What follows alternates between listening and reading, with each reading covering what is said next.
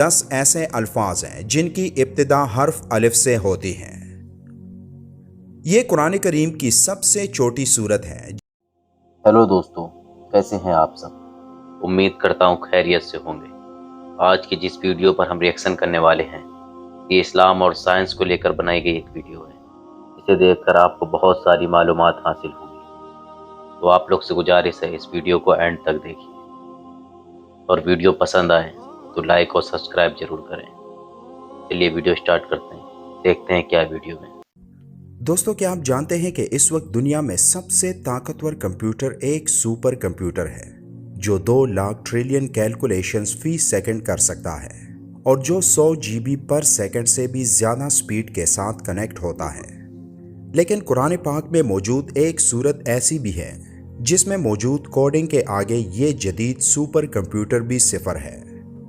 سورہ الکوثر قرآن کریم کی سب سے چھوٹی سورت ہے، لیکن آپ یہ جان کر حیران رہ جاؤ گے کہ قرآن کی اس چھوٹی سورت میں نمبر 10 کی کوڈنگ اس انداز سے موجود ہے کہ آج کا سپر کمپیوٹر بھی اس کمال کوڈنگ کے سامنے صفر ہے۔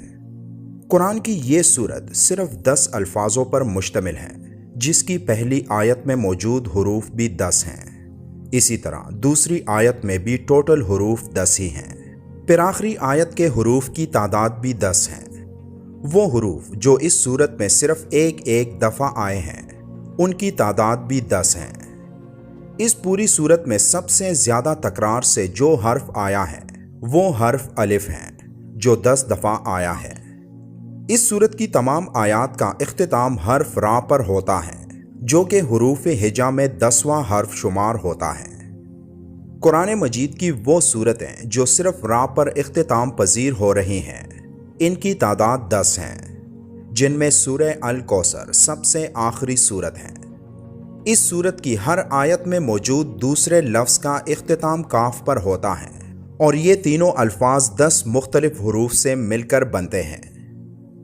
جیسے کہ پہلے ذکر ہو چکا کہ اس سورت کی ہر آیت کے دوسرے حرف کا اختتام کاف پر ہوتا ہے اور ہر آیت کے آخری لفظ کا اختتام را پر ہوتا ہے۔ تو اب سمجھنے والی بات یہ ہے کہ حرف کاف کی نیومیریکل ویلیو 20 ہے، جبکہ حرف را کی نیومیریکل ویلیو 200 ہے۔ تو 200 کو اگر آپ 20 کے ٹیبل میں دیکھیں تو یہ 10 بنتا ہے۔ قرآن کی باقی سورتوں کی طرح سورہ الکوثر کی ابتدا بھی بسم اللہ الرحمن الرحیم سے ہوئی ہے۔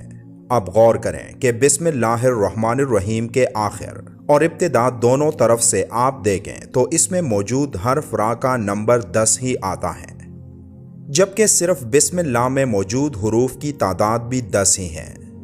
پورے قرآن پاک میں صرف 2 سورتیں ایسی ہیں جس کا آغاز انا سے ہوا ہے اور جس کا اختتام را پر ہوا ہے۔ پہلی سورت سورہ القدر ہے جو قرآن میں 97 نمبر پر آتی ہے، اور آخری سورت سورہ الکوثر ہے جو قرآن میں 108ویں نمبر پر موجود ہے۔ اب ان دونوں سورتوں کے درمیان سورتوں کی تعداد بھی 10 ہی بنتی ہے۔ قرآن کی 97ویں سورت یعنی سورہ القدر میں حرف را 10 مرتبہ آیا ہے، جبکہ سورہ القدر جس کی ابتدا قرآن میں انا سے ہوتی ہے اور سورہ الکوثر قرآن میں موجود دوسری سورت ہے جس کا آغاز حرف انا سے ہی ہوتا ہے، تو ان دونوں سورتوں کے درمیان صرف 10 آیتیں ایسی ہیں جن کی ابتدا انا سے ہوتی ہیں۔ اسی طرح سورہ القدر کی آخری آیت سے لے کر قرآن کی سب سے چھوٹی سورت یعنی سورہ الکوثر کی پہلی آیت تک قرآن میں صرف 10 ایسے الفاظ ہیں جو حرف را سے شروع ہوتے ہیں۔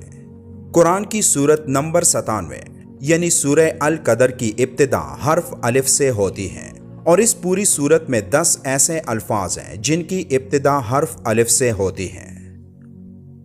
یہ قرآن کریم کی سب سے چھوٹی سورت ہے جس میں ہم نے کیلکولیشن کے اس حیران کن ترتیب کے بارے میں جانا جو یہ ثابت کرتی ہے کہ یہ الفاظ کسی انسان کے نہیں ہو سکتے، اور یہ شان صرف ایک اللہ ہی کی ہے جس نے اس چھوٹی سورت میں ایسی ترتیب سے الفاظوں کو جمع کیا کہ جس ترتیب کو دنیا کا ایک سپر کمپیوٹر بھی حل نہیں کر سکتا۔